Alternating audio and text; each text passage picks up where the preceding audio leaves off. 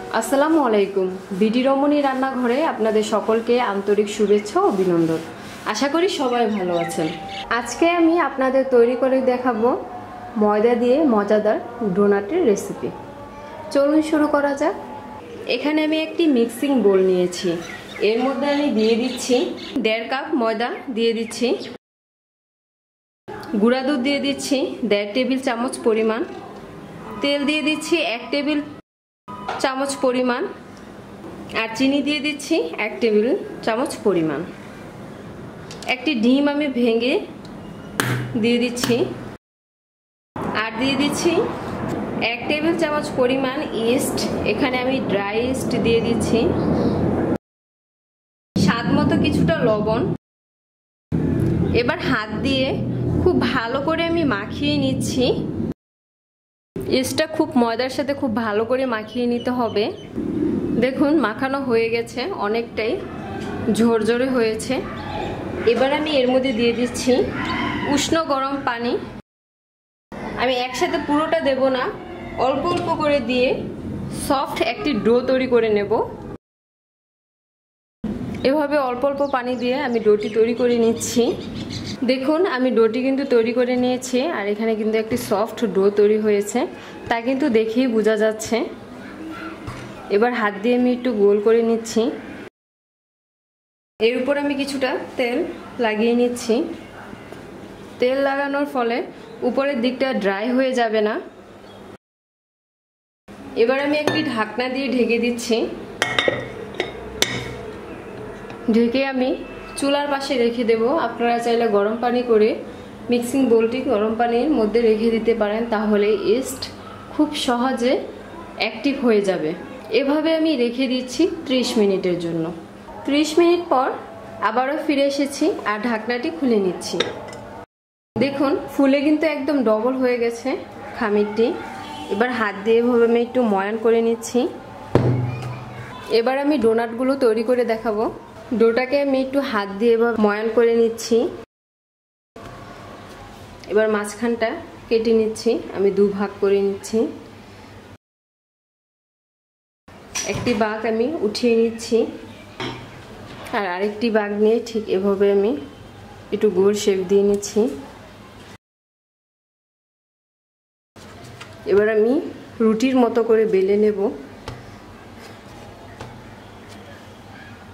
এর উপর আমি কিছুটা ময়দা ছিটিয়ে দিচ্ছি।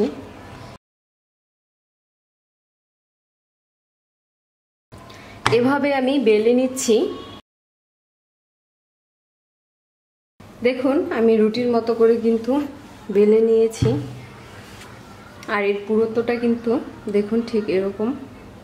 এবার আমি এরকম একটি গ্লাসের সাহায্যে স্টিলের এভাবে কেটে নিচ্ছি। এই অংশটুকু আমি উঠিয়ে নিচ্ছি। ঠিক এর মাঝখানটায় এরকম একটি ক্যাপের সাহায্যে আবারও ছিদ্র করে নিচ্ছি।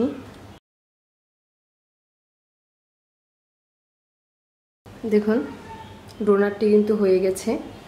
এবার আমি রেখে দিচ্ছি। আমি সেম পদ্ধতিতে সবগুলো ডোনাট এভাবে তৈরি করে নিচ্ছি। সেম পদ্ধতিতে আমি সবগুলো ডোনাট তৈরি করে নিয়েছি। এবার ভাজার পালা। ডোনাটগুলো ভাজার জন্য আমি চুলায় একটি প্যান বসিয়েছি।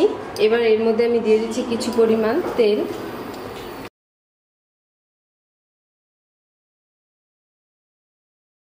এভাবে আমি তেলটাকে গরম করে নিচ্ছি কিছুক্ষণ। তেল গরম হয়ে গেছে, এবার আমি ডোনাটগুলো দিয়ে দিচ্ছি। আর চুলার আঁচটা অবশ্যই কম হতে হবে, অল্প আছে আমি আস্তে আস্তে ভেজে নেব। এবার আমি একটু নেড়ে দিচ্ছি। দেখুন ডোনাটগুলো কিন্তু ফুলে ডবল হয়ে যাচ্ছে। এভাবে আমি কিছুক্ষণ ভেজে নিচ্ছি। দেখুন সবগুলো ডোনাট একদম ফুলে ডবল হয়ে গেছে। এবার আমি উল্টিয়ে দিচ্ছি। এভাবে আমি কিছুক্ষণ ভেজে নিচ্ছি। আবারও উল্টিয়ে দিচ্ছি। দেখুন অনেকটাই কিন্তু বাদামি বর্ণ হয়ে গেছে। আমি সবগুলো ডোনাট একদম বাদামি বর্ণ করে ভেজে নিচ্ছি। দেখুন সবগুলো ডোনাট কিন্তু একই কালারের হয়েছে। এবার আমি নামিয়ে নিচ্ছি,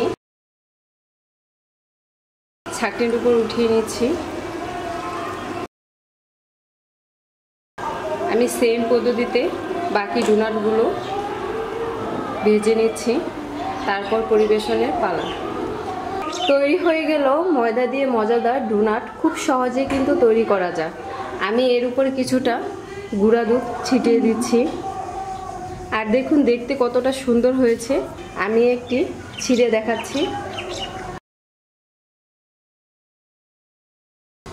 দেখুন ভিতরের দিকটা অনেক সফট এবং উপরের দিকটা অনেকটাই ক্রিস্পি হয়েছে, দেখেই কিন্তু বোঝা যাচ্ছে। আমার এই রেসিপিটি ফলো করে যদি আপনারা তৈরি করেন তাহলে পারফেক্ট এই ডোনাটটি তৈরি করতে পারবেন।